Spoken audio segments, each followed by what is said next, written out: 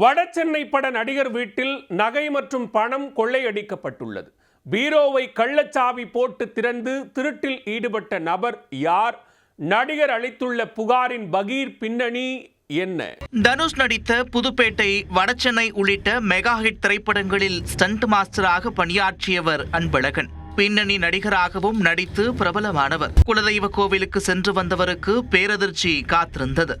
அன்பழகன் வீட்டில் பீரோவை கள்ளச்சாவி போட்டு திறந்து ரொக்கம் மற்றும் நகைகளை மர்ம நபர் திருடி உள்ளார். என்ன நடந்தது? திருட்டு சம்பவத்தின் முழு பின்னணி என்ன? புது வண்ணாரப்பேட்டை தேசிய நகர் பகுதியில் வசித்து வரும் நடிகர் அன்பழகன் கடந்த 3 நாட்களாக புதுச்சேரியில் நடந்து வரும் படப்பிடிப்பில் பிஸியாக இருந்தார்.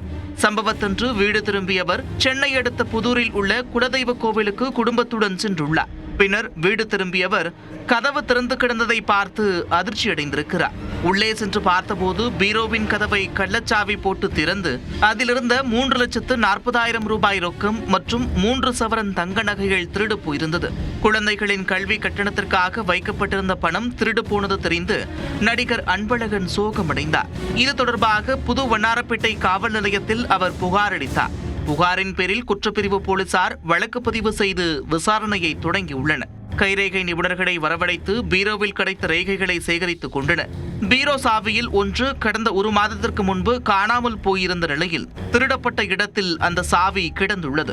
காணாமல் போன பீரோ சாவி திருட்டு நடந்த அன்று சிக்கியது போலீசாருக்கு சந்தேகத்தை ஏற்படுத்தியுள்ளது.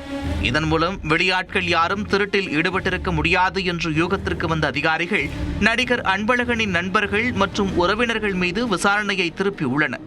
அவர்களின் கைரேகை பதிவுகளை சேகரித்து பீரோவில் எடுத்த கைரேகையுடன் ஒப்பிட்டு தீவிர விசாரணை மேற்கொண்டு வருகின்றனர். திருடன் பிடிபட்ட பின்னரே திருட்டு சம்பவத்தின் பின்னால் ஒளிந்திருக்கும் மர்மம் வெளிவரும் என்று போலீசார் தெரிவித்துள்ளனர். சினிமா நடிகர் வீட்டில் நகை மற்றும் பணம் திருடப்பட்ட சம்பவம் வடசென்னையில் பெரும் பரபரப்பை ஏற்படுத்தியுள்ளது.